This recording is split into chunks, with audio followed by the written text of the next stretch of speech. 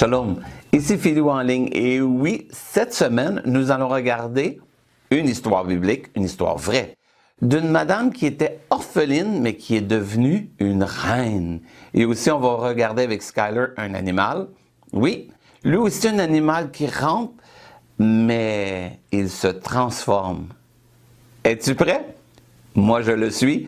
Regardons Skyler et les papillons. Es-tu prêt à t'envoler aujourd'hui? Salut, c'est moi Skyler et aujourd'hui nous allons regarder les papillons. Il y a environ 17 000 types de papillons qui sont tous uniques. Certains mesurent 1 cm alors que d'autres peuvent atteindre 25 cm. Leurs ailes varient de couleurs vibrantes à transparentes. Certains battent lentement et d'autres volent plus vite qu'un cheval qui court. C'est beaucoup de variété. On trouve ces insectes sur tous les continents, sauf l'Antarctique. Leur régime alimentaire est donc adapté à l'endroit où ils se trouvent, allant du nectar à l'intérieur des fleurs, de la matière organique, des fruits crus et de la sève des arbres. Pour se nourrir, les papillons ont un long tube comme une langue appelée trompe.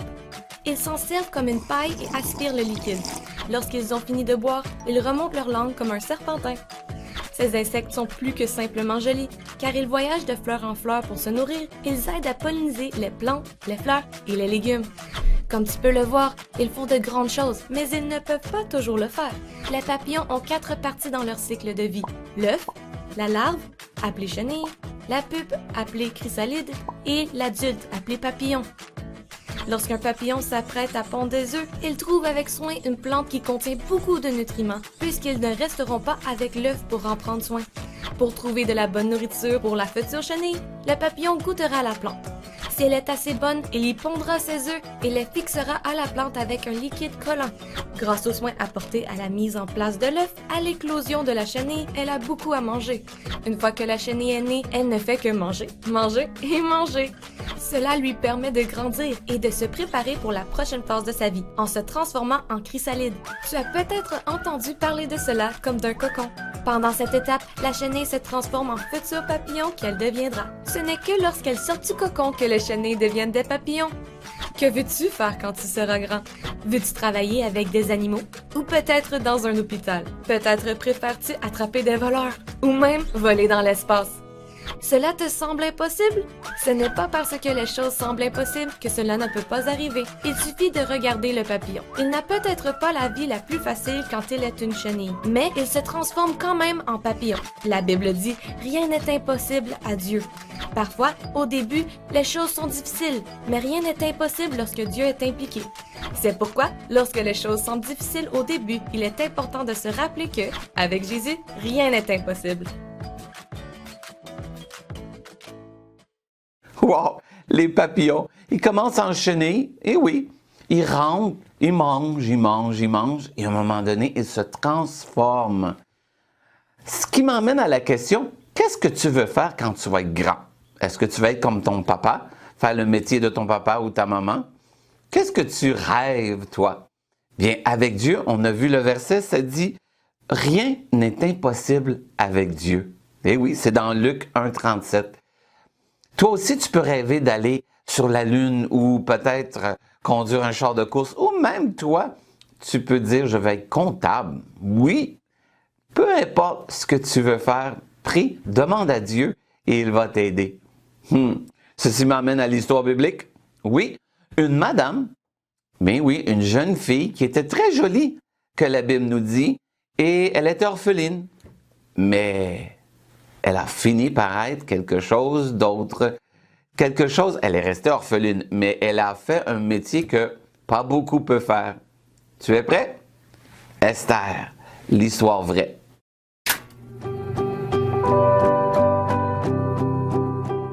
Regardons une histoire vraie tirée de la Bible, celle d'une jeune femme juive orpheline qui devint reine.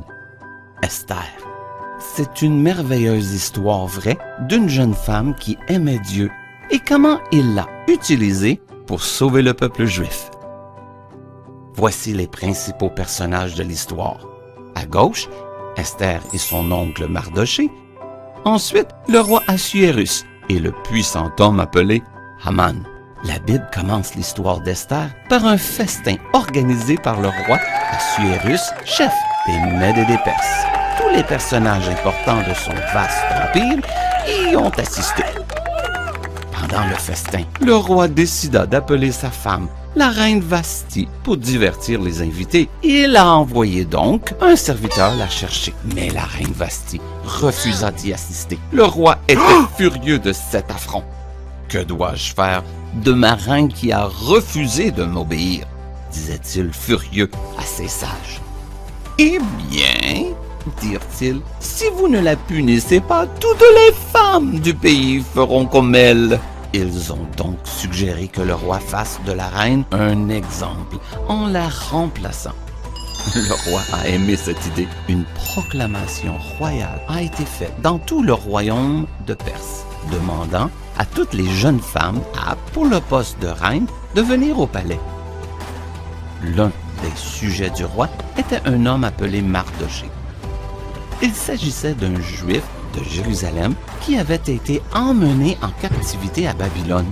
Il vivait maintenant à Suse, la capitale. Mardochée était l'oncle d'une belle jeune femme appelée Esther. Elle était orpheline. Sa mère et son père étaient morts et Mardochée était son tuteur. Il l'avait adoptée. Lorsque Mardochée apprit que le roi cherchait une nouvelle reine et demandait à toutes les belles jeunes femmes de venir au palais, il dit à Esther de ne pas dire qu'elle était juive. On demanda à Esther de venir et elle se rendit au palais pour rejoindre les autres belles femmes. Une année entière passa alors que les jeunes femmes recevaient des soins de beauté et des parfums en préparation. Puis, une par une, elles allèrent voir le roi. Enfin, ce fut le tour d'Esther. Dès que le roi a vu Esther, il tomba amoureux d'elle. Il aimait Esther plus que toutes les autres jeunes femmes qui espéraient devenir reines. Le roi annonça qu'Esther devait être couronnée et devenir la nouvelle reine. Esther passa du statut d'orpheline juive à celui de reine. Vous pouvez lire l'histoire originale dans votre Bible, dans le livre d'Esther. Bye bye!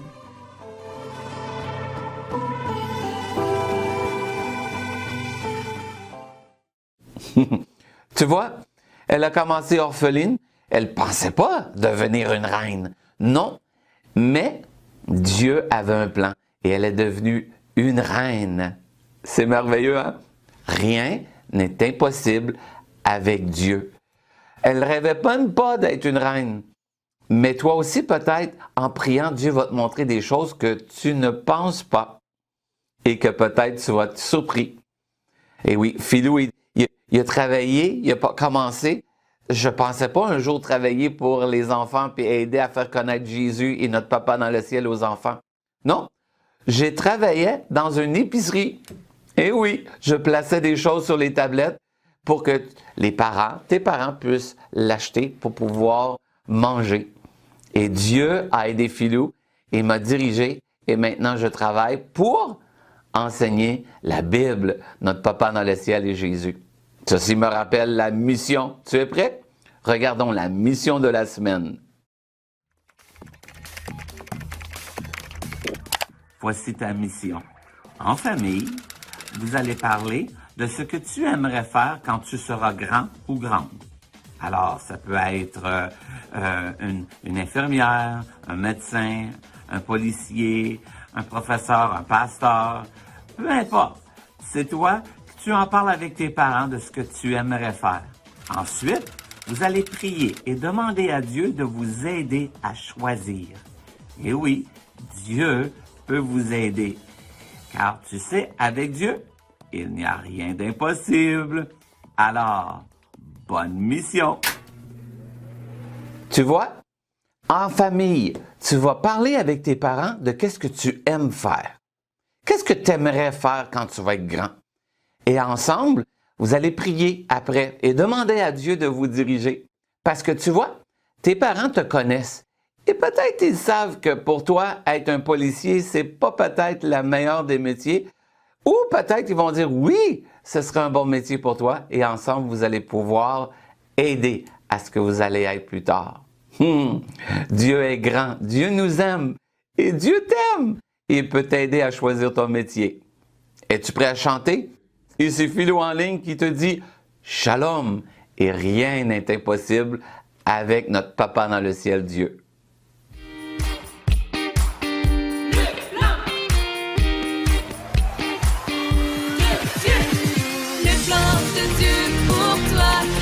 Jésus, sa spéciale création.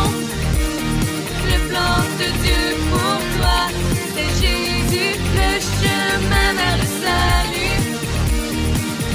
Jésus est le plan de Dieu. Le plan de Dieu. Parfois tu te demandes qui nous a créés. Pose mille questions. Ta curiosité et tu verras. Allez, on y va s'amuser. Un monde merveilleux à explorer. Nous verrons le plan de Dieu et plus, c'est vrai. Le plan de Dieu pour toi, c'est Jésus, sa spéciale création. Le plan de Dieu pour toi, c'est Jésus, le chemin vers le salut. Jésus est le plan de Dieu. Le plan de Dieu. Nous créer, être présent. Le plan. Le connaître, nous sauver. Le Dieu. Nous aimer pour toujours, c'est vrai. Le plan de Dieu pour toi, c'est Jésus, sa spéciale création. Le plan de Dieu pour toi, c'est Jésus, le chemin vers le salut. Jésus est le plan de Dieu. Le plan de Dieu. Jésus est le plan de Dieu.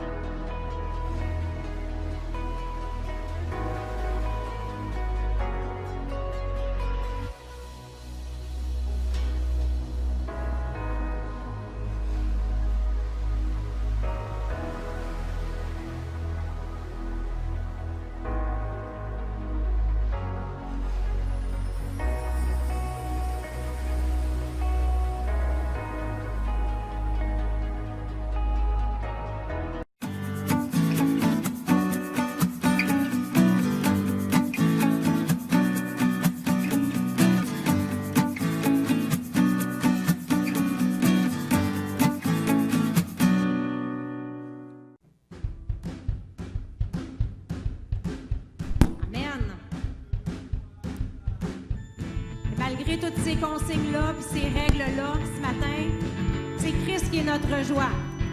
Êtes-vous d'accord?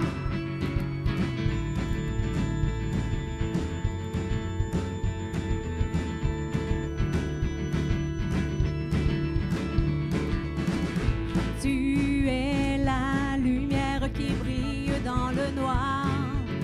Oh, oh, oh. Tu es mon soutien, tu me redonnes l'espoir. Oh, oh, oh. Non, je n'aurai pas honte de proclamer de tout mon être.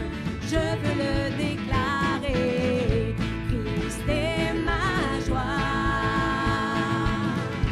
Christ est ma joie.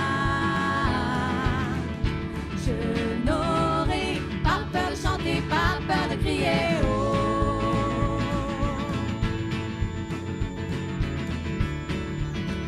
Pourquoi me taire? Pourquoi me taire quand mon âme est accablée? Oh, oh, oh. En toi j'espère, tu ne failliras jamais. Oh, oh, oh. Non, je n'aurai pas honte de proclamer de tout mon être. Je veux le déclarer. Christ est ma joie. Christ est ma joie. Je n'aurai pas peur de chanter, pas peur de crier. Oh, tu es la lumière. Tu es la lumière qui brille dans le noir. Oh, oh, oh. Tu es le soutien, tu me redonnes l'espoir. Oh, oh, oh. Non, je n'aurai pas honte de proclamer de tout mon être. Je veux le déclarer. Christ est ma joie. Christ est ma joie. Je n'aurai pas peur de chanter, pas peur de crier. Oh, Christ est ma joie. Christ est ma joie. Christ est ma joie. Je n'aurai pas peur de chanter, pas peur de crier, pas peur de chanter, pas peur de crier. Oh. Alléluia. Merci Seigneur que malgré les circonstances, tu es le sujet de notre joie. Croyez-vous qu'il est puissant? Il y a de la puissance dans son nom ce matin. Et on veut le déclarer, on va le chanter ce matin.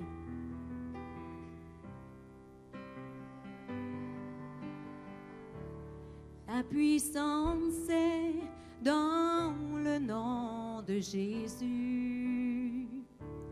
La puissance est dans le nom de Jésus. Pour briser les chaînes, briser les chaînes, briser les chaînes. Briser les chaînes, pour briser les chaînes, pour briser les chaînes. La puissance est dans le nom de Jésus. La puissance est dans le nom de Jésus. La puissance est dans le nom de Jésus. Pour briser les chaînes, briser les chaînes, briser les chaînes. Pour briser les chaînes, briser les chaînes, briser les chaînes. Sacrifice. Sacrifice suffisant et librement donné pour moi. Quelle rédemption qui m'ouvre les portes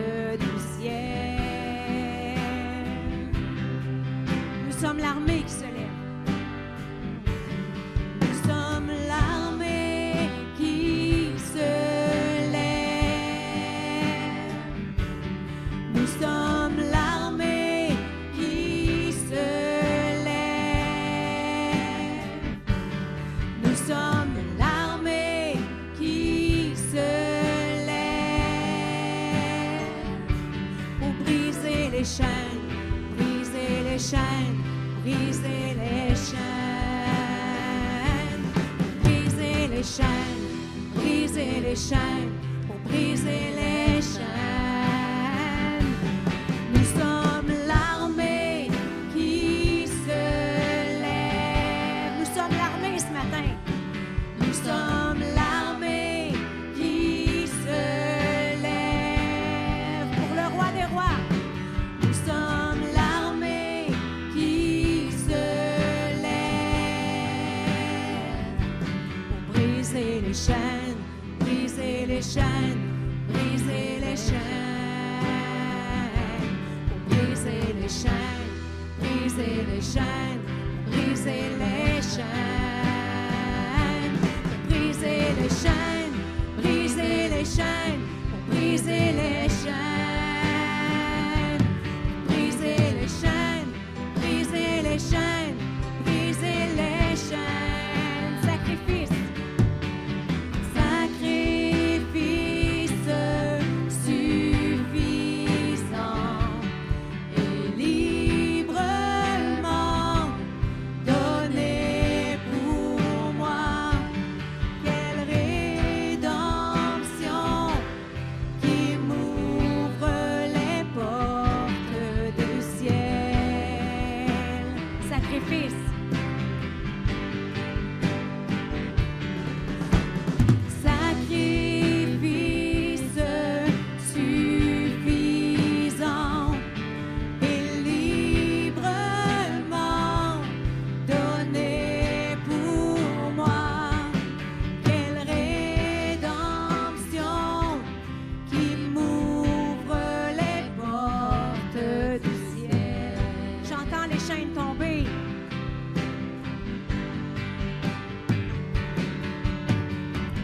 J'entends les chaînes tomber.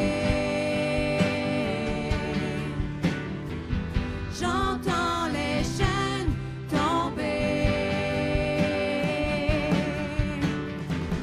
J'entends les chaînes tomber. Elles tombent les chaînes ce matin. J'entends les chaînes tomber. Au nom de Jésus. J'entends les chaînes tomber. J'entends les chaînes tomber.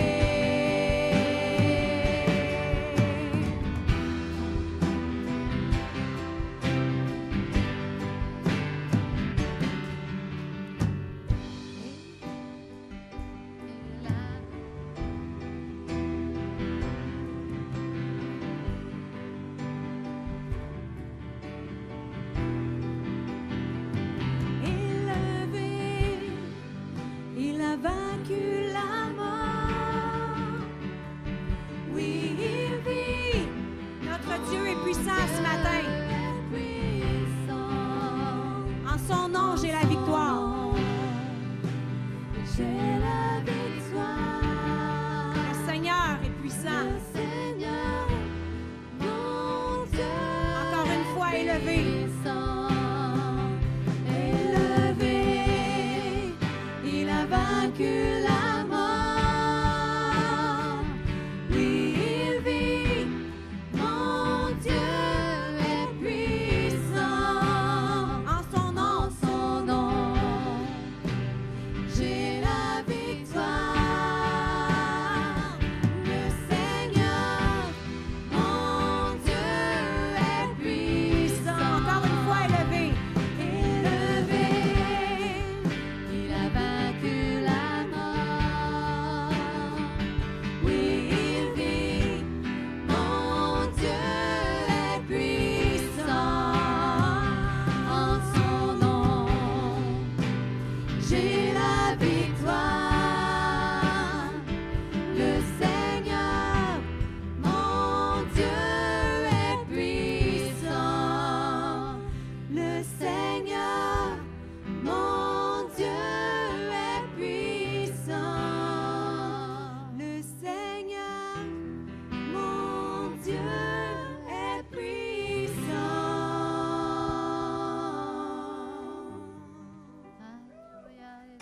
Amen. Merci Seigneur. Merci pour ton sacrifice à la croix, Seigneur. Merci parce que c'est toi qui brises les chaînes. Et Seigneur, on entend les chaînes tomber ce matin. On le sait que tu es là, que tu es à l'œuvre, Seigneur, dans chacune de nos vies, que tu es en train d'accomplir ton plan dans chacune de nos vies. Et on se remet à toi, Seigneur, ce matin, parce que la puissance est dans ton nom. Amen.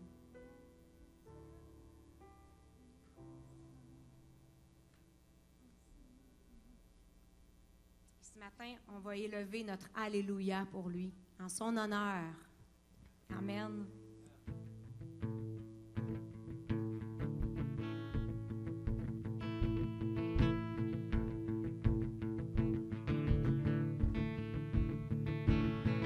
J'élève un Alléluia en présence de mes ennemis. J'élève un Alléluia plus fort que l'incertitude. J'élève un Alléluia.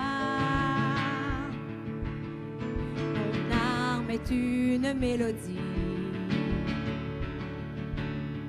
J'élève un Alléluia. Le Dieu des cieux combat pour moi. Et je chanterai au milieu de la tempête. Entends ma louange résonner plus fort que l'orage. Du milieu des cendres, l'espoir renaît. La mort est vaincue, le roi est vivant.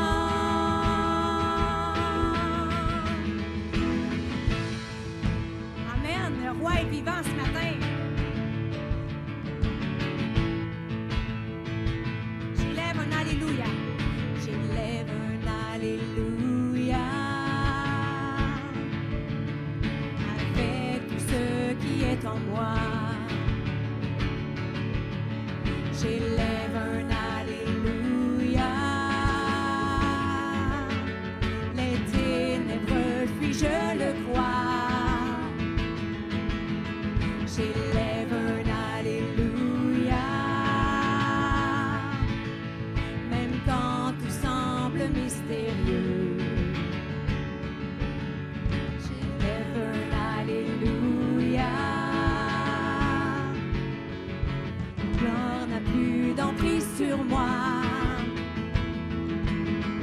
Et je chanterai au milieu de la tempête.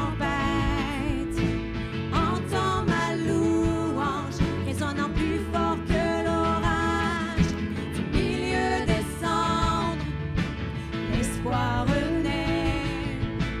La mort est vaincue, le roi est vivant. Je chanterai au milieu de la tempête. Entends ma louange résonner plus fort que l'orage, du milieu des cendres. L'espoir renaît, la mort est vaincue, le roi est vivant. Chantons un peu plus fort. Chantons un peu plus fort. Chantons un peu plus fort. Chantons un peu plus fort.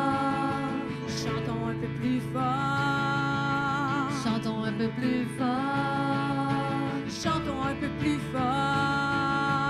Chantons un peu plus fort. Chantons un peu plus fort. En présence de mes ennemis. Chantons un peu plus fort. Fort que tout est tout en moi. Chantons un peu plus fort. L'âme est une mélodie. Oui, chantons un peu plus fort. Le Dieu des cieux combat pour moi. Chantons un peu plus fort. En présence de mes ennemis. Chantons un peu plus fort. Plus fort que tous les doutes en moi. Chantons un peu plus fort.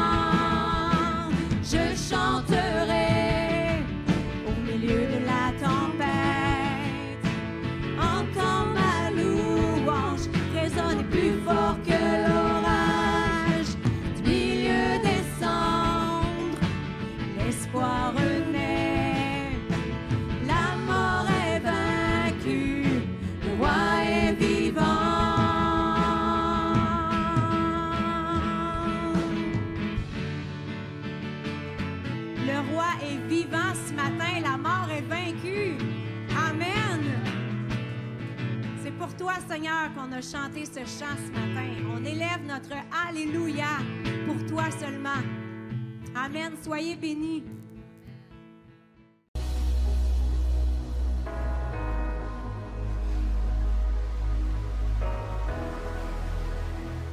Écoutez, aujourd'hui, on continue dans la lignée dans laquelle on était dans les dernières semaines, c'est-à-dire comme une mini-série à l'intérieur de notre grande série du livre de Marc. La série qui s'intitule « Le protagoniste ». Et on est en train de faire cette étude du livre de Marc. Et le but, c'est bien simple, c'est de nous ramener à la base. Comme vous pouvez voir, on a même remis une croix en avant. Hein? Ça faisait longtemps qu'on n'avait pas vu de croix à l'Église, dans l'Église, à part à Pâques. Et puis, l'idée, c'est juste de revenir à la base. Puis c'est ce qu'on fait un peu avec l'étude sur Marc, où on s'applique à voir qui est Jésus, qu'est-ce que Jésus faisait, comment Jésus pensait, qu'est-ce que Jésus enseignait, et puis d'aligner notre vie, nos croyances avec ça. Et puis, à l'intérieur de cette série-là, on fait une mini-série qui était sur le mystère des paraboles, parce que le chapitre 4 de l'Évangile de Marc était sur, justement, les quatre paraboles que Jésus a enseignées. Et ce qui est fascinant avec les paraboles, c'est que Jésus lui-même a dit, si vous ne comprenez pas, en parlant de la parabole du sommeur, si vous ne comprenez pas la parabole du sommeur, comment est-ce que vous allez comprendre le reste? Alors, il y a des clés dans ces paraboles-là du royaume de Dieu. Et ma fille et moi, on avait une conversation dans la voiture cette semaine, puis on parlait, on discutait, comment ça se fait, elle me posait la question, comment ça se fait que, en parlant du baptême du Saint-Esprit, pourtant ça a l'air si clair dans les actes qu'il y a une expérience qui s'appelle le baptême du Saint-Esprit, qu'il y a du parler en langue, que c'était pratiqué par les apôtres. Alors, comment ça se fait que dans la communauté de foi, la communauté chrétienne, il y en a qui ne croient pas à ça? Ça ne fait pas partie de ce qu'ils enseignent à leur Église. Et puis, ça m'a fait réfléchir, ça. Je me suis dit, c'est vrai, hein? Qu'est-ce qui fait qu'on croit dans certaines choses, mais qu'on ne croit pas dans d'autres? Et puis, j'ai réfléchi un peu là-dessus, puis je me disais, dans le fond, il y a différentes choses qui influencent notre théologie. Et parfois, en tant que chrétien, c'est facile de dire, moi, c'est la Bible qui influence ce que je crois. Mes croyances sont toutes tirées de la Bible, et puis, c'est ça, c'est la Bible et la Bible seule. J'espère que c'est là qu'on commence, effectivement. Mais si seulement c'était aussi facile que ça. Hein? Si seulement c'était aussi facile. Puis si vous avez été chrétien depuis un certain temps, vous savez très bien que, vous avez peut-être remarqué, qu'il y a plus que ça qui influence nos croyances et notre théologie. Et quels sont certains de ces facteurs-là? C'est quoi nos points de référence qui influencent ces choses-là? Premièrement, je pense que ça commence avec notre éducation. Parce qu'avant même de savoir lire la Bible, on est élevé dans une famille. Alors, je pense que la première place où on va chercher nos points de référence en spiritualité, c'est vraiment avec notre famille. Les valeurs que notre famille nous enseigne, les croyances de cette famille-là et les expériences de nos proches. Alors, beaucoup de notre théologie, de ce qu'on croit, vient de comment on est élevé. En fait, on discutait récemment, Caroline et moi, sur le fait que la plupart des gens, leur idée de Dieu, puis est forgée déjà ou formée déjà à l'âge de, sais-tu, 9 ou 12 ans. En bas de 13 ans. C'est avant l'âge de 13 ans que tu formes ton idée de Dieu. Comment tu perçois Dieu? Quand tu fermes les yeux, tu l'imagines. Qu'est-ce que tu vois? Souvent, c'est tout ce que tu as appris avant l'âge de 13 ans qui va influencer ça. Et ensuite de ça, il y a d'autres choses après ça qui rentrent en ligne de compte. Entre autres, la culture dans laquelle on vit. Donc, la famille dans laquelle on est élevé va influencer comment on voit Dieu, comment on lit les Écritures, comment on les interprète. Mais après ça, c'est la culture dans laquelle on vit aussi. On n'est pas exempt de l'influence envahissante de notre culture. Alors, on parle ici de de notre éducation académique.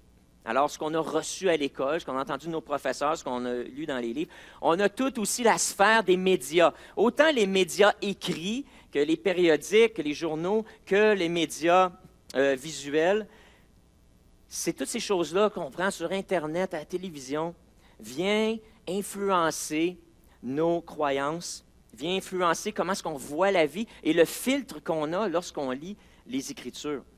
Et puis après ça, il y a des personnes d'influence dans nos vies aussi. Comme nos parents ont été des gens d'influence, de la même manière, on a des gens dans nos vies qui nous influencent et leurs expériences affectent aussi comment on interprète les Écritures. Pour revenir à l'exemple du Saint-Esprit, par exemple, si on est... puis l'autre facteur important de notre culture, c'est notre sous-culture d'Église.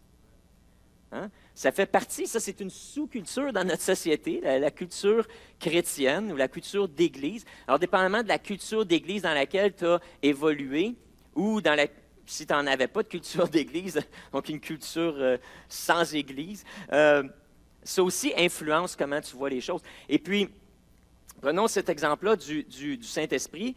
Alors, si on a grandi dans une famille qui n'a jamais expérimenté le baptême du Saint-Esprit avec le parler en langue, ça ne fait pas partie de l'expérience de notre famille. Après ça, on est dans une communauté de foi qui, elle, les gens n'ont jamais expérimenté ça. Non, on n'en prêche pas non plus. Alors, ça a fait qu'on se demande, bien, c'est dans la Bible, mais il n'y a personne autour de moi qui en parle. Il n'y a personne de moi qui l'a vécu. Je n'ai jamais été témoin de quelqu'un qui a parlé en langue. Alors, soudainement, tu te dis, bon, ben, ça se peut-tu, ça commence à influencer ta théologie, ça se peut-tu que peut-être c'était juste pour le temps des apôtres? Puisque si c'était si important, ben Dieu ferait en sorte que tout le monde en parle, que tous les croyants l'expérimentent. Alors, si tous les chrétiens que je connais, des bons chrétiens qui avancent dans leur foi, n'ont pas cette expérience-là, ben ça veut dire que peut-être c'est pas essentiel. Et vous voyez que c'est facile, juste d'après notre contexte, de laisser notre contexte influencer notre théologie. Puis le dernier grand facteur qui influence nos croyances, c'est nos expériences personnelles à nous. Si on est un croyant sincère, qui cherche à connaître Dieu, qui prie de tout son cœur, mais qu'il y a certaines choses qui sont dans la Bible qu'on n'expérimente jamais, ça se peut que ça vienne teinter notre manière de lire les Écritures, que ça vienne aussi influencer peut-être les attentes qu'on a face à Dieu, face aux promesses des Écritures ou les doctrines qui nous sont enseignées. Parce que si, encore une fois, je prie de tout mon cœur, puis je demande à Dieu des réponses à mes prières, puis pendant des années, puis je n'ai jamais la réponse à mes prières. Ça, cette expérience-là, disons négative, dans le sens que, il me semble, Dieu, il n'a pas l'air à s'intéresser à mes prières, ça commence à influencer comment on perçoit Dieu, ça commence à influencer comment on lit la Bible, puis ce qu'on s'attend de ce livre-là. Vous voyez que ce n'est pas juste de la Bible,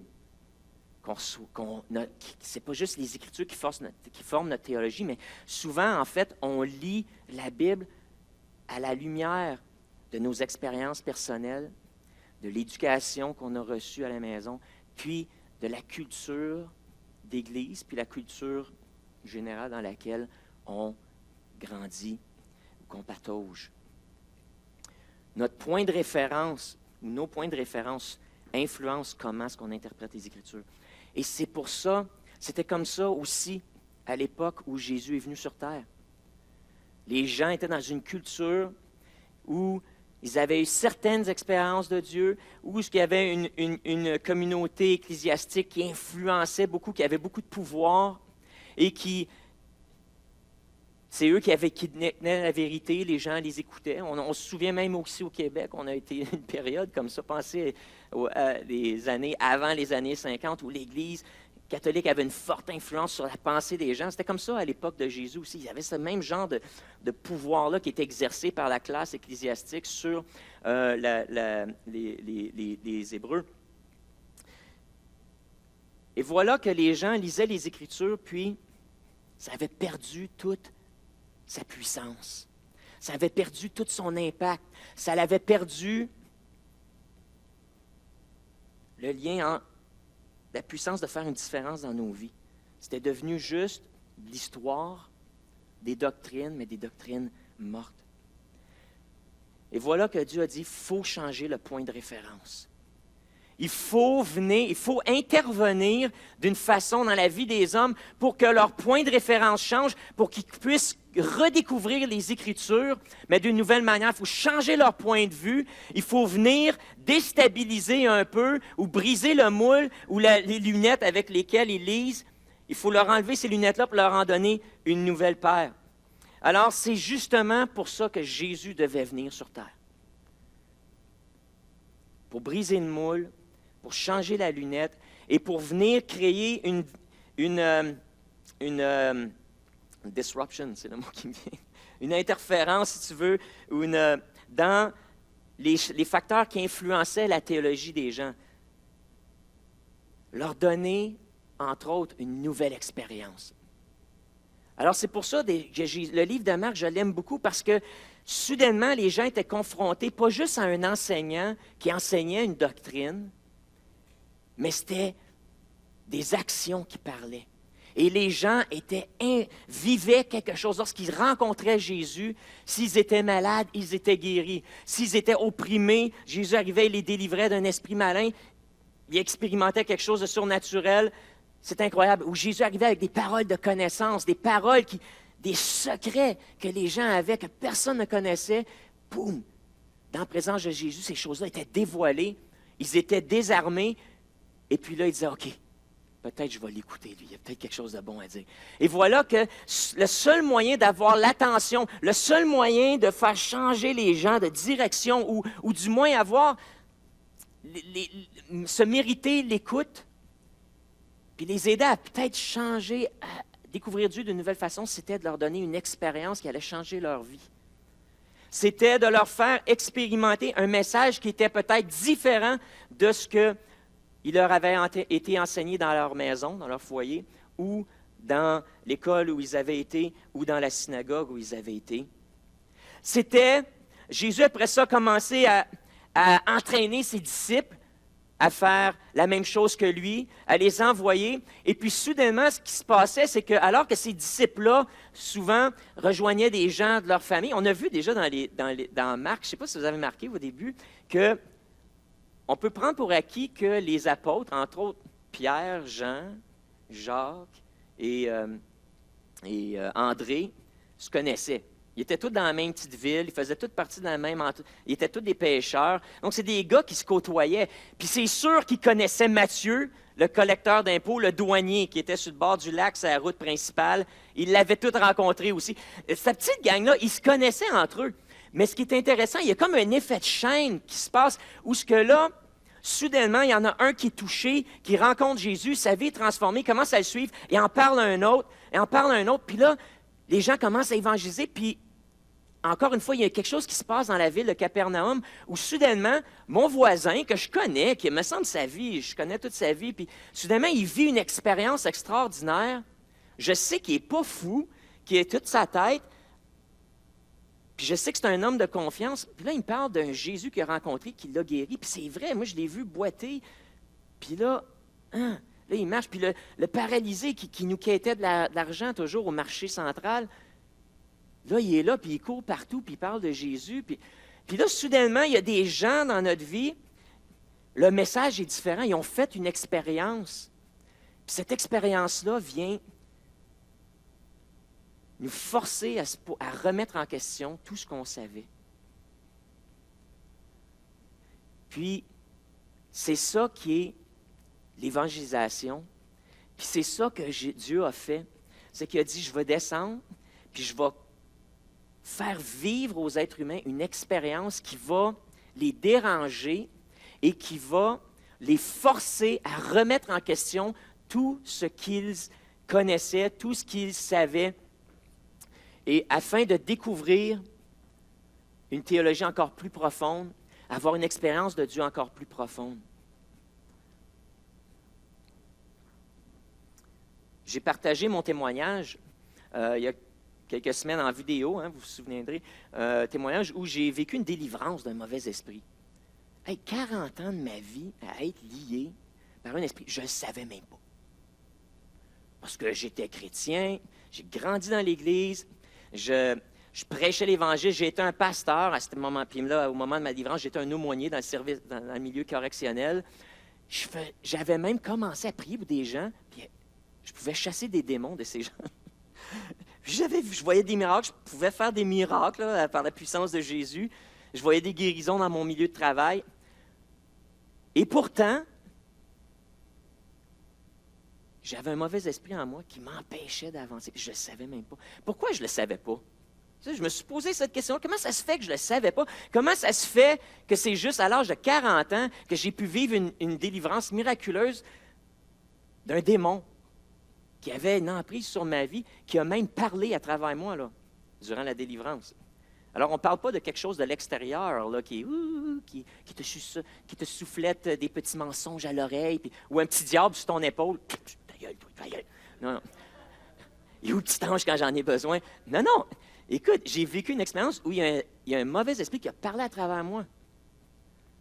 C'était débile. Je ne croyais même pas que c'était possible. Pourquoi? Bien, parce que moi, j'ai été élevé dans une église qui disait, dans une culture chrétienne, qui disait, bien, un chrétien ne peut pas être, on disait, possédé. Bon, je n'étais pas possédé, mais j'étais vraiment démonisé. Fait que peu importe comment tu l'appelles, là, il a parlé à travers ma bouche. Fait que, c'est dégueulasse! C'est dégueulasse, là! Quand tu penses à ça. Puis, mais comment ça se fait? Parce que quand, durant la délivrance, j'ai réalisé que cet esprit-là était là depuis mon enfance. Fait que, mais on me disait, bien, les chrétiens ne peuvent pas être possédés.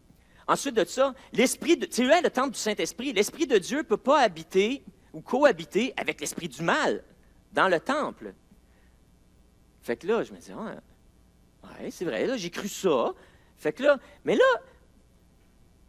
puis là, après ça, ben moi, j'ai jamais vu de délivrance non plus en grandissant, puis même, j'ai jamais prié avec des gens, puis j'ai vu voir des démons. À l'église, j'ai jamais vu ça non plus en grandissant. À mon église pentecôtiste. Fait que, vous voyez comment est-ce que notre expérience, nos croyances, la culture dans laquelle on grandit peut influencer comment on vit, puis comment est-ce qu'on croit, puis comment est-ce qu'on expérimente la parole de Dieu. Disons que lorsque j'étais dans cette réunion de prière-là avec des copains, puis que les copains ont prié avec moi, puis ils étaient venus prier pour mes enfants, parce que tout le monde était malade à la maison. C'était juste ça. Je les avais invités, venez donc prier mes enfants, là, puis ma femme. Tout le monde est malade, puis je ne comprends pas. Moi, ça va super bien. Écoute, je vivais des choses incroyables, le réveil dans ma vie personnelle. Venez donc prier pour ma famille, là, ils sont malades, puis ils ont besoin d'aide. Les gars, ils avaient dit, on va commencer avec toi, Pascal. Bah, allez-y, faites n'importe quoi. Moi, je voulais qu'on prie pour mes enfants et ma femme. Fait que c'est à ce moment-là, quand ils priaient, puis plus qu'on priait, puis plus on rentrait dans la présence de Dieu, plus il y a une petite voix qui a commencé à se faire entendre, qui m'accusait, qui me traitait de nom en dedans. Puis à un moment donné, boum, je me suis fait hijacker, puis l'Esprit a parlé à travers ma bouche. Je peux vous dire qu'après 2 heures, là, ça a pris 2 heures, bon, j'ai été délivré, gloire à Dieu, ça a changé ma vie, c'était extraordinaire. Puis, mais je peux vous dire que ma théologie a changé aussi. Puis là, soudainement, j'ai commencé à lire les Écritures, puis j'ai réalisé, hey, ce verset-là, l'Esprit de Dieu ne peut pas cohabiter avec l'Esprit du mal dans le temple. Ce n'est pas dans la Bible. C'est un verset de l'Évangile du christianisme au Québec, pentecôtiste québécois. Mais ce n'était pas dans la Bible. En fait, j'ai réalisé, wow, dans la Bible, savais-tu que l'Arche de l'Alliance, qui était la présence de Dieu à l'intérieur du temple, s'est faite voler par des païens. Les païens ont volé Dieu, pour toute fin pratique, là, parce que Dieu était là, il résidait, il parlait à travers là, les anges là, qui étaient sur le dessus du coffre. Et puis, ça s'est fait voler, ça. Savais-tu ça que le temple du Saint-Esprit s'est fait saccager, mais pas le temple du Saint-Esprit, mais le temple, le tabernacle, dans l'Ancien Testament, s'est fait saccager, mais voler. Il s'est fait envahir plusieurs fois par des ennemis qui sont venus envahir. Savais-tu ça que le temple du Saint-Esprit, pas du Saint-Esprit, mais le tabernacle dans l'Ancien Testament a été détruit à plusieurs reprises, reconstruit, mais a été... Puis là, j'ai réalisé, ouais, mais notre petite analogie du temple du Saint-Esprit, puis l'Esprit qui... Puis le diable ne peut pas rentrer dans le temple du Saint-Esprit. C'est pas vrai. le temple continuellement. Il fallait le protéger, parce que l'ennemi pouvait rentrer puis le saccager.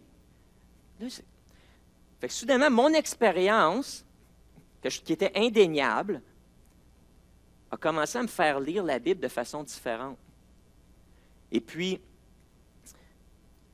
je parle de ça juste comme un exemple de comment nos expériences sont importantes, mais comment ça peut être, notre manque d'expérience aussi, peut être notre pire ennemi. Tu peux vivre, quand tes prières sont répondues, tu pries, puis ta prière est répondue, tu vis une expérience positive avec Dieu. Hein? Là, ça vient renforcer ta foi, puis ça vient confirmer le message de l'Évangile. Puis là, tu peux bâtir là-dessus, puis là, ben, ça te donne le goût de prier encore plus. Caroline parlait la semaine passée comment est-ce qu'on avait fait une liste lorsqu'on déménageait ici. On ne savait pas trop où est-ce qu'on allait atterrir, puis ça. Fait qu'avec la famille, on a fait une liste avec 10 choses qu'on aimerait dans notre maison. 10 choses. Tu sais, Caroline voulait une cuisine blanche. Moi, on voulait un petit bureau où elle pouvait établir sa petite entreprise de coaching. Les enfants voulaient de la place pour une trampoline. Ils voulaient une grande cour parce qu'ils voulaient une trampoline. Puis à la fin de ça, on avait dit, bon, vu que je ne pouvais pas déménager à North Atlee, c'était trop loin puis trop cher, fait qu'on avait dit, ben peut-être si on avait une piscine, ça compenserait pour le lac. Fait qu'on avait dit, tiens, on va mettre une piscine pour le fun. On a donné ça à l'agent d'immeuble. On a prié là-dessus, puis on a donné ça à l'agent d'immeuble. Puis l'agent d'immeuble est revenu avec des maisons qui avaient ces critères-là.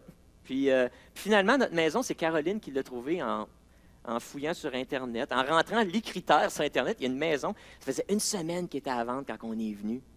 Elle venait de tomber sur le marché. L'agent d'immeuble ne l'avait même pas dans sa liste. Puis c'est celle-là qu'on est allé visiter, puis il y avait tout ce qu'on avait demandé. Puis le Seigneur est bon, il nous a donné ce que notre cœur désirait. Je vous dis que quand tu vis une expérience comme ça donne le goût de prier. Fait qu'après ça, on a commencé à prier pour un chien, parce qu'on avait dit aux enfants, « Hey, on aimerait ça avoir un chien, ça va aider les enfants, tu sais, quand on va déménager avec la transition, puis ils ont perdu leurs amis. » Ça va être un chien thérapeutique. Fait que là, on a prié pour un chien, puis là, on a même semé de l'argent, on a même pris de l'argent, tout le monde, on a contribué, on s'est assis autour de la table au souper, puis on a tout mis de l'argent sur la table, puis on a dit, on va prendre cet argent-là, puis on va la semer dans un autre ministère, mais on va la donner en demandant au Seigneur, « Seigneur, nous, on sème dans un autre ministère, mais on croit que toi, tu vas nous donner un chien. » Puis,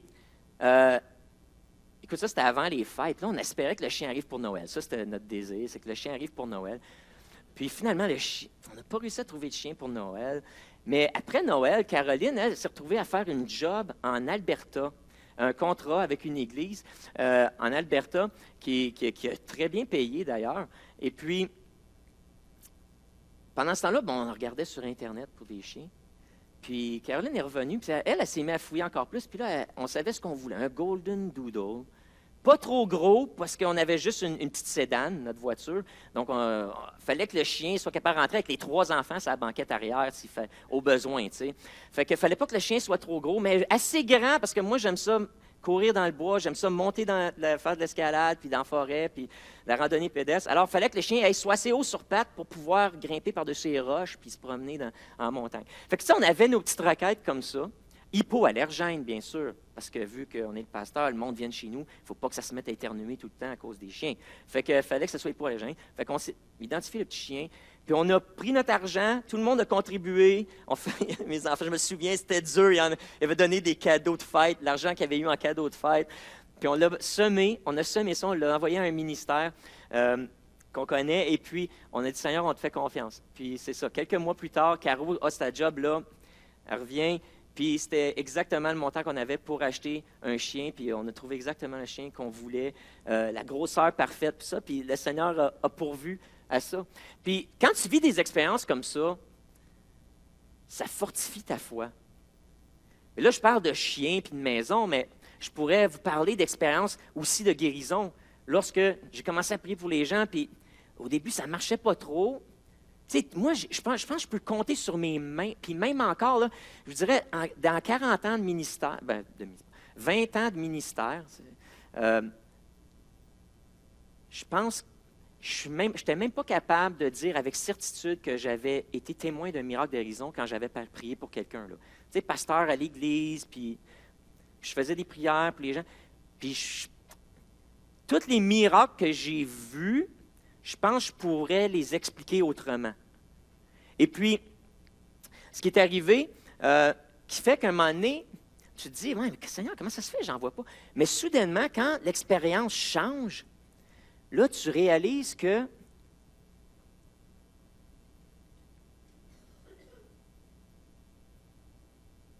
Dieu est vivant. Parce qu'à un moment donné, j'ai commencé à imiter les gars sur YouTube qui priaient pour les malades. Puis, puis j'ai réalisé que, wow, ils prient différemment que comment je prie, moi. Parce que quand je priais pour les malades, c'était toujours Dieu, je te demande, viens guérir cette personne. Puis je me demandais pourquoi les gens n'étaient pas guéris. Puis j'ai vu sur YouTube, parce que j'apprends, c'est plein d'affaires sur YouTube. Il n'y a pas juste du mauvais sur YouTube, sur Internet, là. Il y a des bonnes choses. Puis j'ai vu qu'ils priaient, puis ils disaient,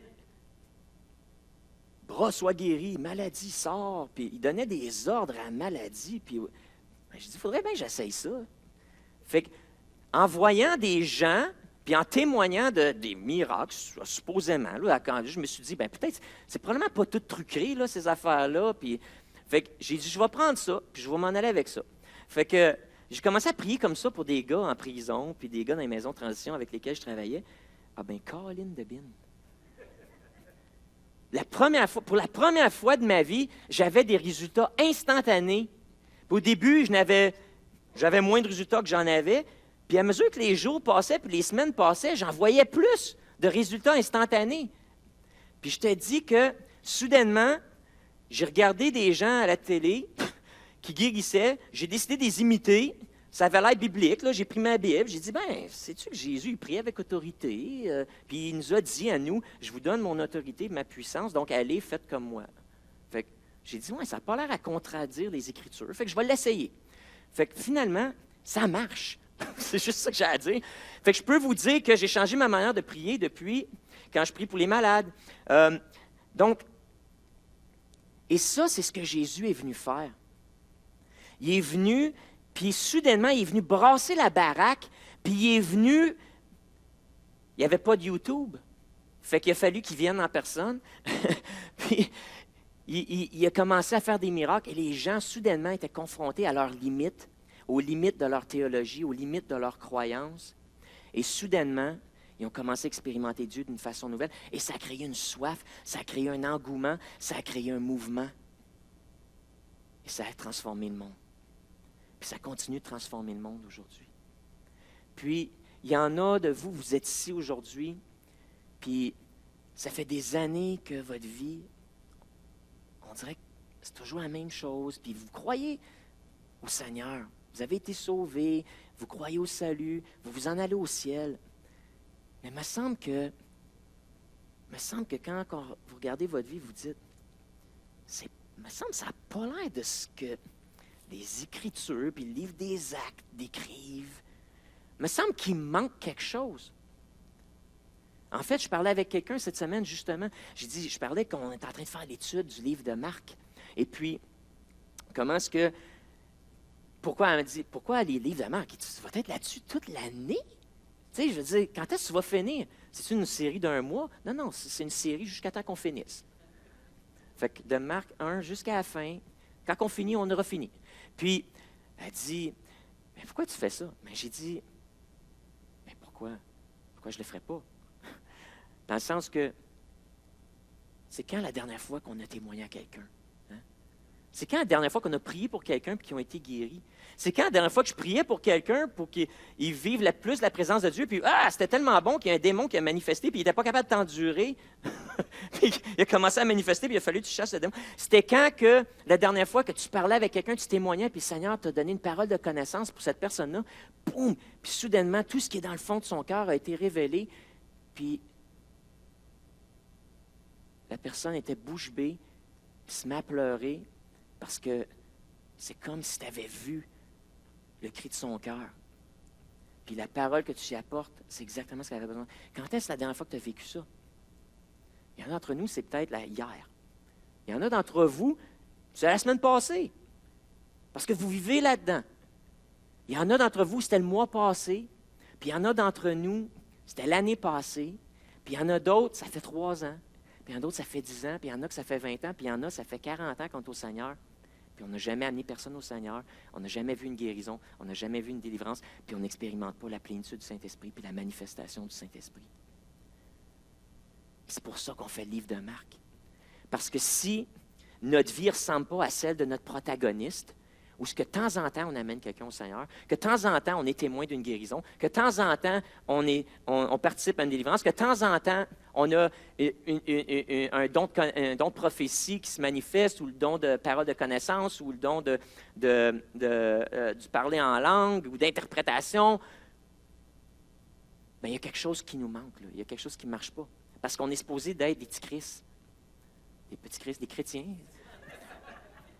C'est ça que ça veut dire, des chrétiens, c'est des petits Christ. Alors, là, j'ai votre attention, hein. Soudainement, ceux qui dormaient, là, soudainement, j'ai vu les... Wow! J'ai bien entendu. Fait que, ça, c'est des techniques oratoires, ça, en passant. Là. C'est comme si des fois, il faut aller chercher ta foule. Fait que, alors, c'est pour ça qu'on passe à travers Marc, parce que si notre vie ne ressemble pas à celle de Jésus, c'est parce qu'il y a des choses qu'on n'a pas compris encore. Puis je veux vous dire, puis la personne à qui je parlais, ben, elle m'a dit, c'est exactement ça, elle m'a dit, Pascal, écoute, mais il faut que tu fasses attention dans ce que tu dis, parce que me semble, moi, je t'écoute, puis je me sens jugé. Tu te sens jugé? Qu'est-ce que tu veux dire? Bien, la personne a dit, ben gars, quand tu parles comme ça, je n'ai pas témoigné récemment. Fait que quand tu me parles comme ça, je me sens un peu jugé.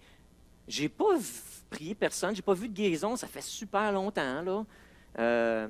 Je n'ai même pas été témoin d'une guérison, fait que je n'ai même pas fait de guérison. Puis je me sens jugé, je me sens mal quand tu me parles comme ça, parce que je me sens accusé. Fait que là, le problème, c'est quoi? Bien, j'ai dit, gars, le standard, c'est Jésus. Fait que là, il faut se poser la question, qu'est-ce qu'on fait avec ça? Puis je veux vous dire que si, quand je parle comme ça, il y a une petite voix qui vous accuse, premièrement, ce n'est pas la vôtre. Je ne dis pas que... Il y a peut-être un petit diable sur votre épaule qui vous chuchote quelque chose dans l'oreille. Ou peut-être pire. Mais ça, vous viendrez me voir pour le reste. Fait que... Non, je fais juste vous blaguer. Vous n'avez pas à vous sentir coupable, parce qu'il n'y a aucune condamnation pour ceux qui sont en Christ. Mon but, mon cœur, c'est le même que celui de Jésus. Que vous fassiez une expérience avec Dieu qui révolutionne votre vie. Que vous expérimentiez l'Évangile. Parce qu'une fois que tu commences à vivre l'Évangile, ta vie n'est plus la même. Puis tu ne peux plus retourner. Puis il n'y a rien qui te fait douter. Une fois que tu es témoin d'un miracle, là, je te jure, tu peux être dans un contexte où tous tes amis au travail se moquent de toi, puis te mettre en question ta foi, puis ton intégrité. Il n'y a rien qui peut te faire douter de l'existence de Dieu quand tu es témoin d'une guérison, ou que toi, tu as été guéri dans ton corps de façon surnaturelle, ou quand que tu sais ce que c'est d'être rempli du Saint-Esprit puis d'expérimenter la manifestation du Saint-Esprit dans ta vie à travers les dons, que ce soit le parler en langue, que ce soit la guérison, les miracles, que ce soit les paroles de connaissance, paroles prophétiques. Soudainement, tu accumules ces expériences-là, il n'y a rien, tu deviens inébranlable. Puis c'est ce que Jésus veut faire. Fait que pourquoi qu'on ne l'expérimente pas? C'est souvent à cause que on n'a pas compris l'enseignement de Jésus. On n'a pas compris les clés, les principes, les vérités. Donc, si on ne les comprend pas, ces vérités, on ne peut pas les mettre en pratique. Comme moi, qui essayais de prier pour les malades en disant « Oh, s'il te plaît, mon Dieu, viens, aie pitié de cette personne. » Plutôt que de faire ce qui était écrit, juste commande à la maladie de s'en aller. C'était simple, mais je ne l'avais jamais compris. J'étais comme voilé à cause que j'étais limité par mon contexte référentiel, mon éducation familiale, mes expériences personnelles, puis la culture dans laquelle j'ai évolué. Puis notre but ici, là, le cœur de Caroline, puis moi, le cœur des anciens ici à l'Église, le cœur des leaders, c'est que, en venant à l'Église au Carrefour, que le Carrefour soit un endroit où, soudainement, les présuppositions qu'on a face à la spiritualité, face à Dieu, face à l'expérience chrétienne, soit brassé, soit confronté et qu'on soit confronté à une nouvelle expérience. Soit que vous allez être témoin de gens autour de vous qui ont une expérience différente de la vôtre, puis qui ont expérimenté la puissance de Dieu d'une façon tellement irréfutable que vous allez devoir vous poser la question, comment ça se fait, moi, je ne sais pas ça. Puis qu'est-ce qu'il faut que je fasse pour être comme ça, ou pour vivre ça, ou être témoin de ça. Que lorsque des gens de l'extérieur viennent, qui n'ont aucun point de référence chrétien ou religieux, ils vivent une expérience qui va faire qu'ils vont être obligés de se poser des questions face à leurs croyances, face à qu'est-ce qui se passe après la mort, pour qu'est-ce que la Bible, c'est-tu vrai? Puis là, ils vont être obligés de passer puis d'étudier tout ça. Je veux vous dire que la Bible est vérifiable par l'expérience. Et si on n'expérimente pas cette vérité-là, premièrement, tapez-vous pas sur la tête. Sentez-vous pas condamné par ceux qui, eux, vivent des miracles et racontent le témoignage. Mais au contraire, dites-vous, OK, il faut que je creuse. Il faut que je comprenne. Il y a des affaires que je n'ai pas compris.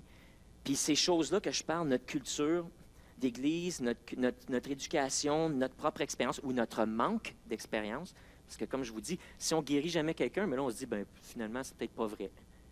Notre manque d'expérience avec la guérison, notre manque d'expérience avec la plénitude du Saint-Esprit influence aussi. Est-ce que c'est même possible? Mais je veux vous dire que c'est possible, puis la Bible est vérifiable par l'expérience. Puis moi, c'est le désir, c'est la quête de ma vie. C'est la quête de ma vie. De plus en plus, expérimenter la présence. Est-ce que j'expérimente tout ce qui est dans ce livre-là? Présentement, non. Je suis encore en cheminement. Mais j'en expérimente plus aujourd'hui qu'il y a 5 ans. J'en expérimente plus aujourd'hui que v'là 20 ans. Puis j'en vois plus dans ma vie maintenant que j'en voyais dans la famille dans laquelle j'ai grandi. Même si c'était une bonne famille. Là. Puis c'est comme ça dans la vie. Puis c'est comme ça. Puis le cri de mon cœur, c'est qu'on puisse arriver ensemble à cet endroit-là. Où ce qu'on expérimente plus de ce livre-là. Parce que c'est pas juste des paroles, c'est pas juste une philosophie, c'est pas juste des belles valeurs. Puis c'est pas juste bon pour nous sauver la vie de l'enfer, pour qu'au ciel on soit avec Dieu. Mais c'est pour qu'on vive un peu du ciel sur la terre. On ne le vivra pas tout sur la terre. Dieu, il est de même. Il veut nous en laisser un peu pour qu'on puisse juste... Tu sais, il veut qu'on puisse se lécher les babines sur la terre, avoir l'eau à la bouche pour avoir le goût d'être au ciel puis le vivre pleinement. Puis en attendant, ben par exemple, on peut en vivre un peu.